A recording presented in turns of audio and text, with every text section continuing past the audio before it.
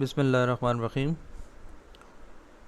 This is lecture number 7, and today we are going to study about the main topic, concept of supervision. In this lecture we will cover introduction about the main topic, meanings of supervision, difference between supervision and inspection, and kinds of supervision.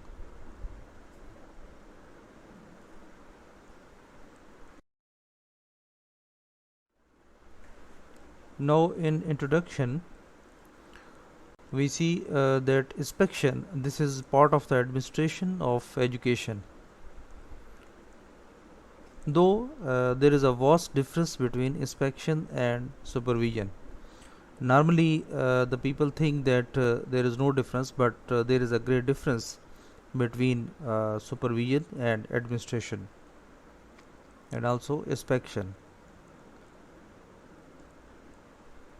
Hence they are used interchangeably, which terms inspections and supervisions. So these two terms are basically being used interchangeably. Presently the concept of inspection has to be transferred to one of the healthy supervision and guidance, because with the help of inspection the things are to be refined. Supervision is a large extent a matter of professional relationship between supervisor and the teacher. Supervision, this is a dynamic process like education, because every time the supervisions may be different. They may involve different methods, different techniques.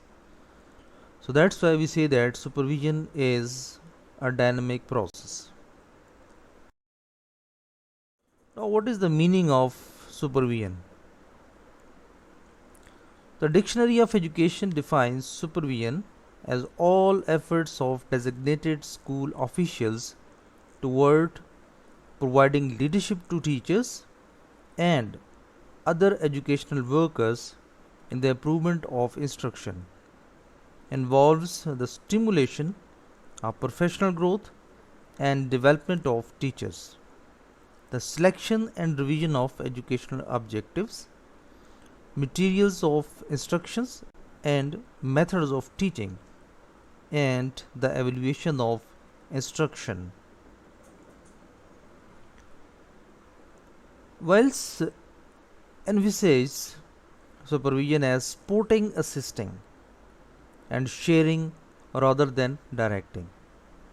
So the word supervision means to guide and stimulate what the activities of teachers with a view to improve them in the context of their teaching as well as instruction and promoting their professional growth. Supervision is being seen as a cooperative and comprehensive activity which improves the total teaching learning process along with its aspects. Now, what is the difference between inspection and supervision? By supervision and inspection, we mean detailed and comprehensive review of all aspects of work and life of an institution. Adams and they say discriminate the both. Inspection is a procedure of giving direction to and providing critical evaluation of instruction and task, while supervision is a planned program for the improvement of instruction. Keeping in view this definition, both may be analyzed as how? Like inspection, supervision, bureaucratic, democratic, direction and regimentation, well constructed, suggestive and expert guidance, improvement of teaching, improvement of learning. So supervision can be called as a service activity that exists to help teachers to grow professionally and to do their jobs better. Now, what are the kinds of supervision? So, there are various varieties of educational supervision, each of them reflecting certain objectives and perspectives, which concerns teaching, learning situation, school organization, and curriculum. Hence, the adoption of particular type of supervision depends upon the educational pattern and philosophy followed by the country, because every country has its own philosophy. The type of government and the education and training of the education officers who are responsible for supervisory work. In kinds of supervisions, Morton and Berksner presented the following types of supervisions. Number 1, inspection. Number 2, laissez-faire. Number 3, coercive. And number 4, training and guidance. And the number 5, democratic. Now we shall see in detail one by one, like the first one, that is inspection. So supervision in its earlier form was merely confined to the inspection of the work of teachers and the persons who was responsible for this job, and popularly known as a school inspector. Inspection was used to be in authoritarian style, which was initiated to ascertain whether or not teachers were performing their normal duties, and also to replace the unsuitable teachers with suitable ones. This term is still in vogue and supervisory in many Western and Eastern countries. Here the word used suitable and unsuitable. Sometimes we may see in any educational institutions that if the teacher, he has good spoken, he has good subject knowledge, but he remains unable to deliver his contents to the students. So teaching is an art. So that's why if a person who cannot give a better understanding to the students, so he remains or understood as unsuitable teachers, because in education institutions their aim is to make the students having good understanding and knowledge.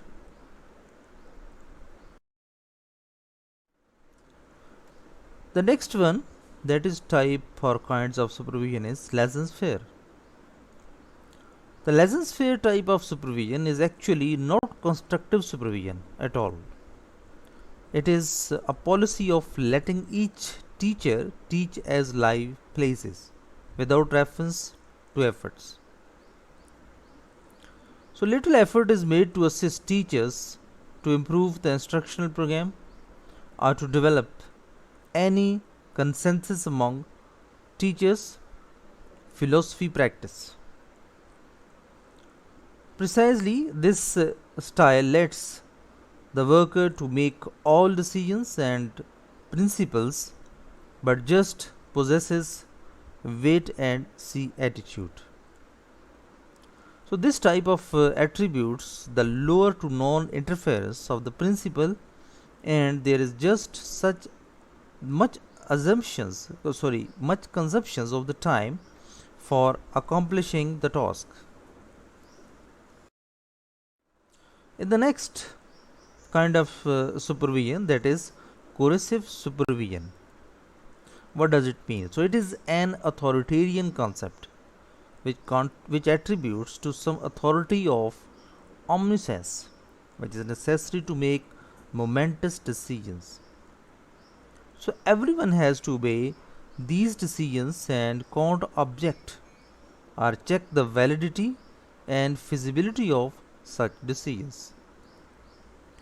Teachers are to carry on the orders and instructions of the coercive supervisors.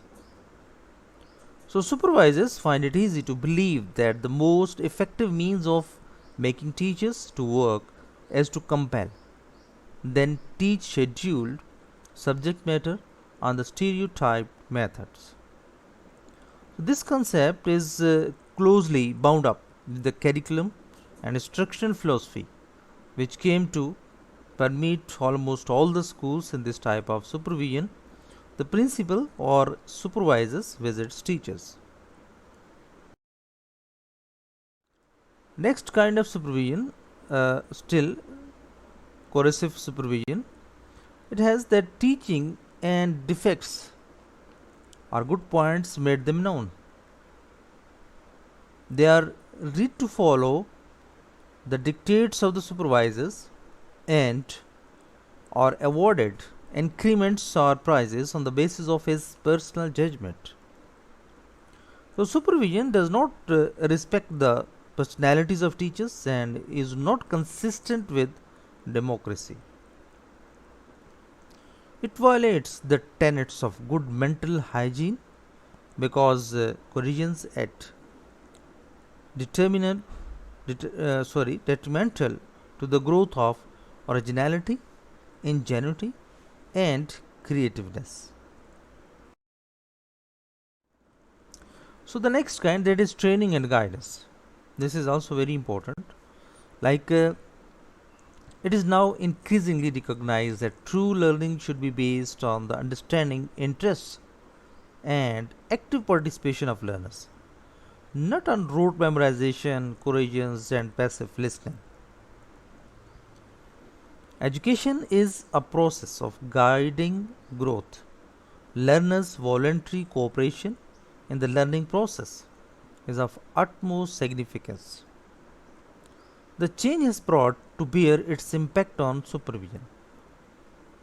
So instead of trying to compel teachers to adopt certain methods, emphasis is laid on teaching of teachers. Supervision assumes the role of imparting in service education and on the job training. Thus, by this, teachers are motivated to do better, and supervision becomes a process of teaching.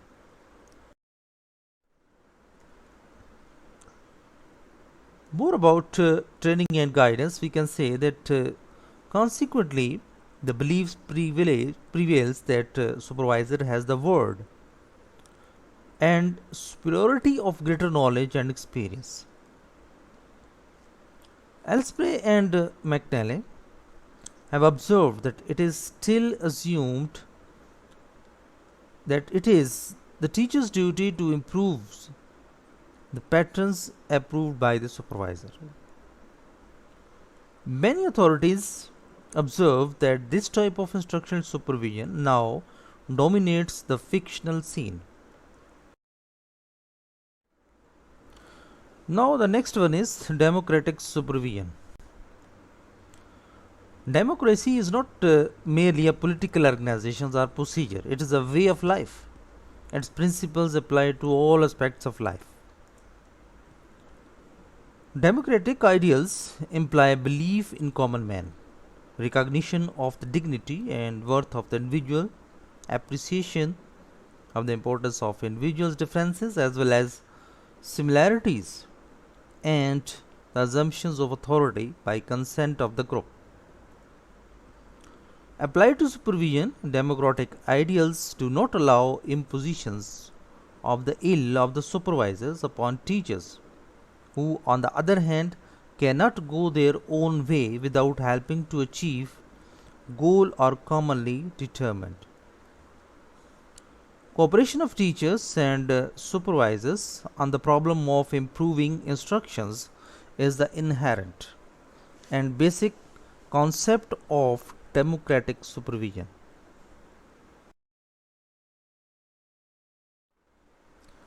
In democratic supervision, Adams and Dickey have put it that democratic supervision builds upon the power of teachers to exercise self-directions through his participation in the determination of goal and formulation of methods and procedures for improving instructions. The main purpose of democratic supervision is the improvement of the total teaching learning situations. So in this context, Smith has rightly developed the concept of supervision through participation, and Burton and Bruckner have noted that the improvement of teachers is not so much a supervisory function in which teachers participate as it is a teacher function in which teacher can participate, as 14 is a teacher function in which supervisors cooperate. The supervisor's function is to release and coordinate, not to control the creative abilities of teachers. About the main points, whatever I have initiated in the initial.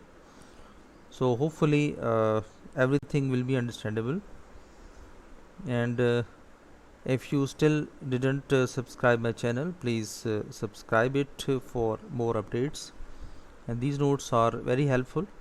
I have given the links below in description if you want to study in Urdu. So click on the link given below, so you will find all these notes, all this lecture in Urdu also, although you can convert it into any language if you are from other countries, because I am from Pakistan. So if you are from the other foreign countries, so you can convert it to the others countries, other languages, clear, as per your country. So thank you, take care, Allah Hafiz.